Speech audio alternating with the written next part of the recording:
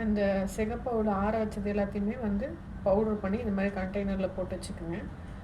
இப்போ வந்து நம்ம என்ன பண்ண போகிறோம்னா, பேபிக்கு வந்து இதில் எப்படி கஞ்சி காய்ச்சறதுன்னு பார்க்க போகிறோம். இதில் வந்து ஒரு 3 ஸ்பூன் போட்டுக்கிறேன்.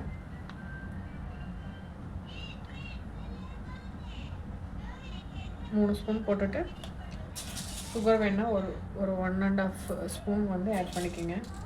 இல்லை நாட்டு சக்கரை போடணும்னாலும் போட்டுக்கலாம்.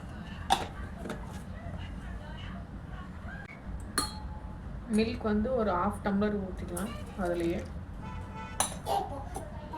அப்புறம் தண்ணி ஒரு கிளாஸ் ஊற்றிக்கலாம்.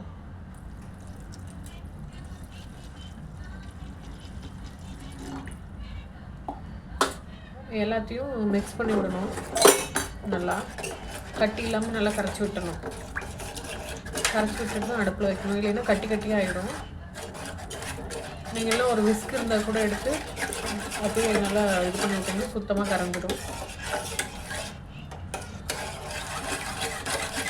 ஏன்னா நம்ம பவுடர் பண்ணிக்கிறதுனால நல்லா வந்து அடுப்பு பற்ற வைக்கக்கூடாது. ஃபஸ்ட்டே வந்து இது எல்லாத்தையுமே நல்லா பீட் பண்ணி விட்டுட்டு கட்டி இல்லாமல் கரைச்சி விட்டுட்டு அப்புறமே தான் அடுப்பையே பற்ற வைக்கணும்.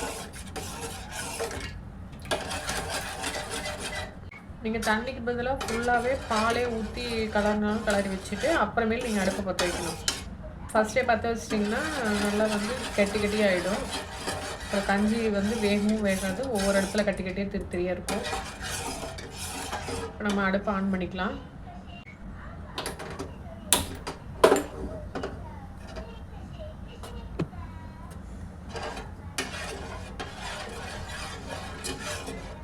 வந்து நம்ம கஞ்சி காய்ச்ச ஆரம்பிச்சிட்டோம்.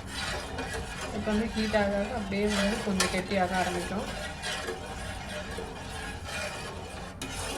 நீங்கள் நல்லா கிளறி விட்டுட்டே இருக்கணும், இல்லைன்னா கட்டி பிடிச்சிடும். கை வச்சு நல்லா கிளறி விட்டுட்டே இருக்கணும்.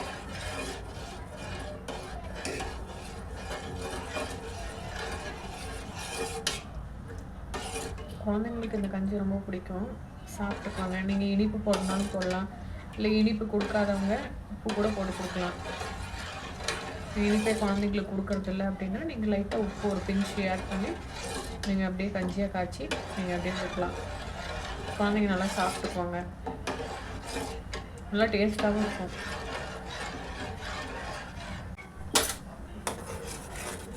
பாருங்கள் அப்படியே கெட்டியாக ஆரம்பிச்சிருச்சு கஞ்சி.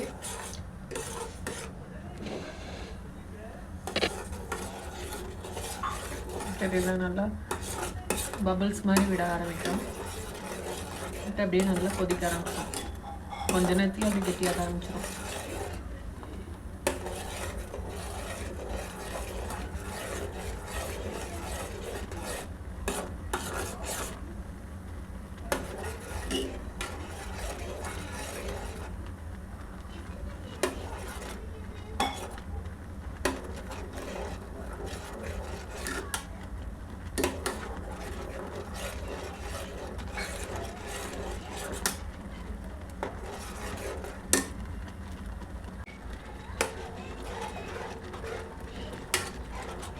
முக்கால்வாசி ஆயிடுச்சு கஞ்சி.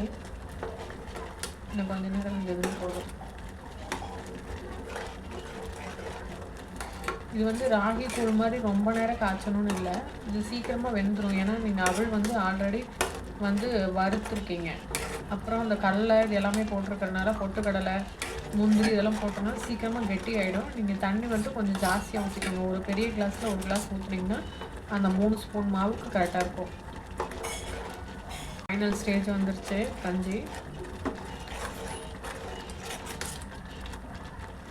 எடுத்து ஊற்றுனீங்கன்னா ரொம்ப லிக்விடியாக இல்லாமல் லைட்டாக அப்படியே கொஞ்சம் கட்டியான மாதிரி இருந்தால் போதும்.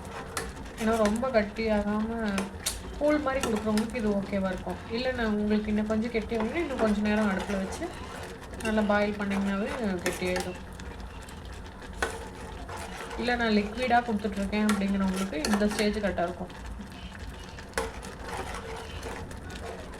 இந்த ஸ்டேஜில் நீங்கள் ஆஃப் பண்ணி அப்படியே கொடுக்க ஆரம்பிச்சிடணும், ஆற வச்சு அப்படியே கொடுக்க ஆரம்பிச்சிடலாம். இதில் சுகர் போடுறது உங்களோட ஆப்ஷன் தான். நீங்கள் சுகர் போடுறதுனாலும் போடலாம், இல்லை நாட்டு சக்கரை போடலாம். இல்லை ரெண்டுமே நான் பேபிக்கு கொடுக்குறதே இல்லை அப்படின்னா நீங்கள் என்ன பண்ணலாம், உப்பு போட்டு கொடுத்துடலாம். ஒரு பிஞ்சு போட்டிங்கன்னா போதும், நல்லாயிருக்கும். ஏன்னா அந்த முந்திரி பாதாம் அதில் எல்லாமே லைட்டாக ஒரு இனிப்பு தன்மை தான் இருக்கும். அதனால் நீங்கள் லைட்டாக அவள்லேயும் ஓரளவுக்கு டேஸ்ட் இருக்கும். அதனால் நீங்கள் கொஞ்சமாக போட்டிங்கன்னா போதும், வேறு எதுவுமே போட தேவையில்லை. நல்லா கட்டி ஆயிடுச்சு. நான் என்னோடய பேபிக்கு இந்த ஸ்டேஜில் தான் கொடுப்பேன். அதனால் நான் வந்து ஆஃப் பண்ணிக்கிறேன். ஆஃப் பண்ணி இதை வந்து அப்படியே ஆற வச்சு நீங்கள் கொடுத்துடலாம் பேபிக்கு.